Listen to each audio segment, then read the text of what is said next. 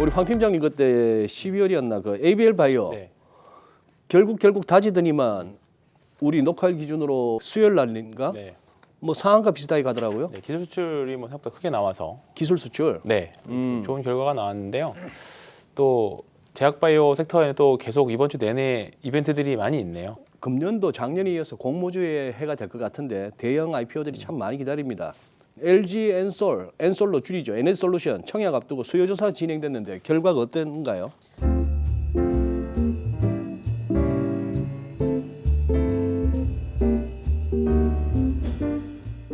뭐 그게 다 진짜 사겠다는 네, 돈은 진짜 아니죠? 하겠다는 건 아니지만 수요 조사니까. 예, 근데 이제 공모가는 이제 상단인 30만 원으로 이제 확정될 확률이 굉장히 높아졌죠. 그래요. 네. 민 부장님 지금 네. KB증권이 주관사죠. 대표 주관사. 대표 주관사. 네. 자 이번 이 수요 조사 결과 어떻게 보셨어요? 네, 일단 뭐 기관들의 이 경쟁률 자체가 이 개인 투자들이 일반 청약 흥행을 이제 가늠할 수 있는 일단 척도기 때문에 네. 뜨거울 가능성이 높은 그러한 일단 수요 예측 결과가 좀 나온 것 같고요. 공모로 이제 끌어들이는 금액 정도만 제가 한번 과거랑 한번 비교를 살짝 해드리면 네. 이게 역대 가장 이제 공모 금액이 컸던 게 2010년도에 삼성생명이 공모로 이제 한 4조 8천억 정도를 이제 자금을 모았었는데 이번에 뭐 공모 금액이 이제 12조 거의 한 7,500억이니까 그 삼성생명보다도 역대급으로 훨씬 큰 자금이 시장에 이제 좀 들어올 수 있는 그런 들어올 부분이 수 있습니다. 있다. 네. 지금 이런 상황이면 개인 투자자들 몇 주 받을 수 있는 겁니까? 한 주나 받을 수 있나? 생각보다 많은 수량을 받으실 수 있지는 않을 것 같습니다. 아니 근데 2차 전지주들 작년에 네. 참 좋았죠. 엄청난 한 해였는데 새해 들어서 좀 주춤합니다. 이게 LG 에너솔루션 영향이에요. 당연히 영향 있을 거라고 봤고요. 그리고 사실 뭐 큰 영향은 뭐 2차 전지 주식뿐만 아니라 최근에 성장 주식들이 다 조정을 받기는 네, 했죠. 그렇죠. 예, 생각보다 빠른 금리 인상에 대한 가능성하고 횟수도 사실 3번 정도였는데 4번이기도 하고 네. 그리고 원래 6월 인상이었는데 3월로 땡기겠다.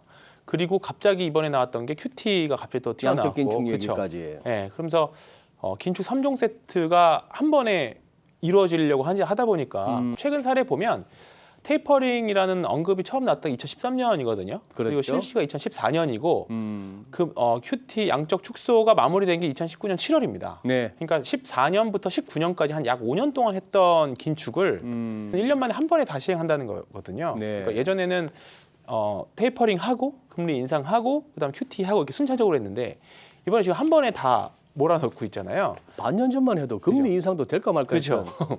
이번 주 또 주 말 들어서 좀 흐름이 또 좋았던 거는 또 이제 파월 의장이 또 살짝 더 달래기도 코멘트도 예, 나오고 그렇죠. 확실히 좀 시장을 이렇게 밀고 당기기를 혹시 잘하는 것 같긴 합니다만 생각보다 빠른 긴축에 대해서 시장이 좀 놀란 것 같고 그 부분에 적응하고 있다. 그렇게 보시면 될 것 같고 두 번째는 LG 에너지 솔루션을 청약을 하려면 일단은 ETF 자금들이 자산 배분을 좀 다시 해야겠죠. 네. 일단 뭐 작은 중소형 부품주가 들어오는 게 아니라 뭐 역대급 2차 전지 관련주가 들어오는 거기 때문에 2차 전지 ETF부터 시작해서 일반 그 코스피 200이라던가 연관된 추정되는 자금들이 다 정리를 해야 될 거고 그런 부분에 있어서는 지금 약간 수급이 제자리를 찾아가는 과정 중에 있다 이렇게 보시면 될 것 같습니다. 그래요. 2차 전지 이것도 뭐 좀 세부로 들어가면 좀 약간 서로 사정이 다르지 않나요? 2차 전지 내에서도 뭐 덩치가 큰 이제 대형주가 들어옴으로 해서 영향이 받는 기업들은 좀 비중이 큰 애들, 그러니까 뭐 양극재라든지 뭐 좀 음극재라든지 우리가 이미 좀 많이 알고 있는 시총이 좀 큰 애들은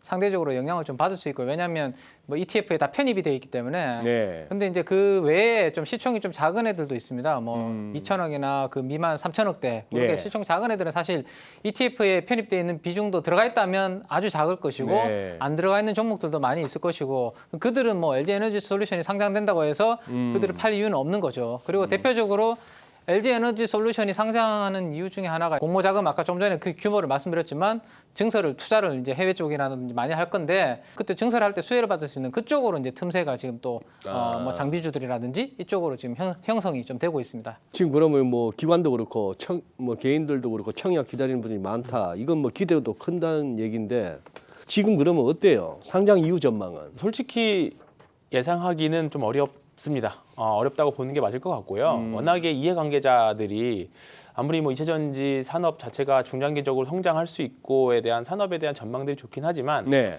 어쨌든 상장 초기에는 수급적으로는 다 이해관계가 엇갈리거든요. 예를 들어 공모주 펀드 같은 경우에는 대부분 다 상장 초에 다 매도 전략들을 쓸 거고요. 그리고 개인 투자자분들 중에서도 상장 초에 다 파시는 분들 생각보다 좀 많이 있거든요. 그렇기 생각보다 많이 가고 거의 대부분. 그렇기 때문에 무조건적으로 긍정적으로 보실 필요는 없다. 그렇다고 또 무조건 나쁘다고 보실 필요는 없는데 일단은 이번에 인기를 끌어왔고 그다음에 기관 수요 자금이 1경 원 이상 모였던 거는 생각보다 좀 낮게 공모가가 형성이 될 거라는 전망들이 좀 있는 거죠. 이번에 그 GM 전기차 화재로 인해서 리콜 충당금에 대한 부분이 반영이 되고 그렇다 보니까 기대치가 좀 낮아져서 생각보다 좀 낮은 70조 원 정도로 지금 공모가가 형성이 될 것 같거든요. 그래요? 그렇다 보니까 경쟁사였던 CATL 네. 같은 경우에는 2025년 예상 배터리 생산 능력이 633기가와트시 정도인데 LG화학이 한 410기가와트시 정도 됩니다. 그러니까 엔솔이 그 정도 되는 거죠. 근데 생산 능력 차이는 한 1.5배 수준인데 CATL이 네. 1.5배 많은데. 많죠. 근데 네. 시가총액은 한 3분의 1 정도 되죠. 저평가라고 볼 수 네. 있죠. 그렇다 보니까 그 정도 규모의 자금들이 많이 몰린 거고 그러면 뭐 따상까지는 아니더라도 한 시가총액 100조 원 정도는 될 수 있지 않겠느냐. 대략적으로 봤을 때 그리고 기업 가치를 보고 해도 그 정도는 받을 수 있다. 그렇기 때문에 좀 인기를 많이 이번 특히나 많은 자금들이 네. 몰렸던 것 같습니다.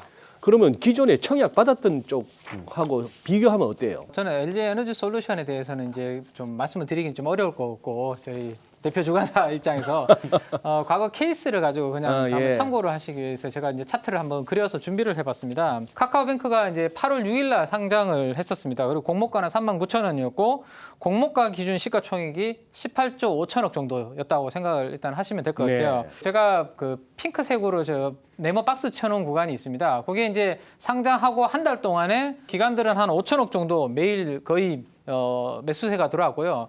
외국인들은 한 1조 정도가 한 달 동안 자금이 카카오뱅크로 이제 들어오면서 카카오뱅크의 주가는 8월 6일 날 한 5만 원 정도 선에서 최고가 9월 초까지만 보면 한 9만 5천 원까지 덩치가 큰 주식인데도 불구하고 놀라운 상승. 아주 한 달 동안에 거의 한 8, 90%가 올랐다라는 거죠. 우리가 이제 그 전문 용어로 이제 여의도에서는 이제 트래킹 에러를 이제 막기 위해서 트래킹 에러라는 게 지수가 움직이는데 그 지수를 따라가지 못하는 펀드들, 아하. 그 펀드를 운영하는 펀드 매니저들한테는 상당히 그는 좀 야단 맞을 수 있는 부분이 될 수 있거든요. 지수가 움직이는데 예를 들어서 인덱스 펀드인데 같이 따라가야 되잖아요. 네. 근데 그거 추적 오차가 발생하면 아하. 뭐 목이 날아갈 수 있는 심각한 경우에는 예, 그러면 무조건 저 지수가 커지는 만큼 비중을 차지하는 만큼 기계적으로 뭐 담을 수밖에 없는 그러한 매수세가 일단 한 달 동안 집중이 되었다라고 그렇게 보시면 될 것 같거든요. 그러면 그래서 저 케이스는 상장 당일날 판 경우가 아주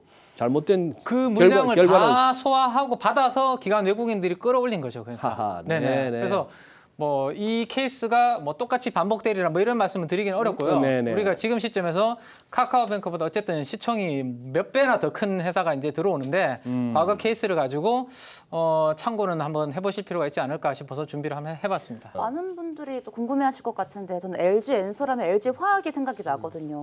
올해 들어서 LG 화학이 반등을 하다가 13일에 좀 빠지는 모습을 보이고 있긴 한데 그래도 LG 화학 자체에 대한 경쟁력이 최근에 부각이 되고 있는 것 같아요. 네. 두 분이 생각하셨을 때는 LG 엔솔이 나을까? LG 화학을 담는 게 나을까? 어떻게 생각하세요? 사실 우리가 이거를 ETF 자금을 해석을 할 때 LG 에너지 솔루션을 이제 신규로 매수를 하려면 LG 화학을 매도를 해서 LG 에너지 솔루션을 사는 게 맞죠. 예, 기본적으로. 네. 왜냐면 거기서 그만큼만 비중 빼서 하면 되니까. 근데 이제 LG 화학이 이번 공모 자금을 받으면서 LG 화학은 이제 본격적으로 양극재 개발 진출 계획을 밝혔습니다. 차트 보시면 아시겠지만 계속적으로 전지 소재에 대한 비중을 계속적으로 넓혀 나갈 생각을 좀 가지고 있고요. 그리고 저는 이번에 개인적으로 LG 화학이 1월 들어서 오히려 LG 화학을 매도해서 엔솔을 사야 되는데도 불구하고 LG 화학이 많이 올랐거든요. 네. 그리고 성장주가 타격을 받을 때 오히려 올랐습니다. 그렇더라고요. 이걸 돌이켜 생각을 해보면 아직까지는 기초화학 소재 쪽에서 여전히 조금 이번에는 그렇게 시장에서 해석을 하지 않았나 이렇게도 좀 생각을 하고 있어요. 왜냐하면 여전히 뭐 가성소다라던가 기초화학 부분에서 매출이 60%거든요. 그렇다 보니까 이런 이 부분에 그러니까 이번에 SK 이노베이션도 2차 전지 쪽보다는 정유족의 흐름을 조금 유가 상승에 대한 수혜를 좀 받다 이렇게 좀 보이고 지금 최근에 이번 주 뭐 조선주라던가 네. 뭐 이런 건설주다른 올라오는 그런 부분들을 보면 최근의 흐름은 경기 민감주 쪽으로 전통 화학주 쪽으로의 수혜를 좀 받았다고 보고 지금부터가 사실 좀 중요할 것 같아요. 일단은 LG화학 입장에서는 어쨌든 LG화학의 주가를 그동안 흔들었던 요소가 일단 해결이 되는 거잖아요. 네. 그리고 자금은 생겼고 그 자금을 가지고 이제 화학 소재 회사에서 2차 전지 소재 회사로 바뀌겠다는 거니까 지금부터는 LG화학은 조금씩 저는 관심 충분히 가지고 가셔도 기초 체력은 전통 화학 부분에서 해주고 성장성 플러스 알파는 앞으로 만들 전지 소재에서 찾고 하면 LG화학은 정말 매력적인 지금 주가 수준에 있지 않느냐 이렇게 좀 생각하고 있습니다. 방금 말씀하신 대로 LG화학의 외국인들 저는 누적 순매수 포지션 한번 그려와 봤는데요. 최근에 오른쪽에 보시면 외국인 누적 순매수가 상당히 많이 올라오는 걸 볼 수 있고 네. 지난 8월 아마 초일 거예요. 그때부터 주가가 이제 급락하기 시작했던 그 직전의 지분율을 거의 육박할 정도로 거의 다 올라왔습니다. 네. 왜 이제 올라왔을지에 대한 생각을 이제 우리가 좀 해봐야 되는데 일단 1차적으로 LG 에너지 솔루션 상장을 모르는 국민 뭐 투자자분들은 안 계실 거고 네네. 그로 인해서 가장 핍박을 받던 회사는 LG 화학이라는 것은 누구나 다 아실 수 있는. 그렇죠. 그래서 저는 불확실성 해소가 일단 첫 번째. 이제 이미 누구나 알고 있고 곧 상장 임박했다면 웬만한 부분 악재가 다 반영이 되었다라는 게 일단 제 생각이고 저는 이제 첨단 소재 사업부 이 부분이 상당히 앞으로 LG 화학을 다시 이제 주목할 수 있는 부분이라고 생각되는데. 양극재 최근에 발표를 했지만 제가 이제 이렇게 체크하기로는 양극재뿐만 아니라 배터리 주요 핵심 4대 소재는 양극재, 음극재 그리고 분리막, 전해핵 네 가지가 이제 배터리 4대 핵심 소재거든요. 근데 네. 양극재를 시작으로 해서 다 할 겁니다 앞으로 준비를 지금 하고 있습니다. 분리막도 작년도에 시작을 했고요. 물론 아직까지 이제 본격적으로 생산이라든지 이익은 안 나겠지만 어쨌든 시작을 했고 4대 소재를 다 한다라면 이 첨단 소재 사업부에 대해서 밸류에이션을 기존의 시장에서 피어 그룹 대비 한번 주고 계산을 해볼 필요가 있다는 거거든요. 그래서 제가 한번 그럼 계산을 간단하게만 한번 해드리면. 네. 자, 예를 들어서 뭐 LG 에너지 솔루션이 모 증권사에서 100조 지금 시가총액 이야기가 나왔습니다. 근데 LG 화학은 80% 정확하게는 81.8%의 지분을 네. 가지게 되거든요. 그러면 그 지분 가치만 하면 일단 80조 정도 되죠.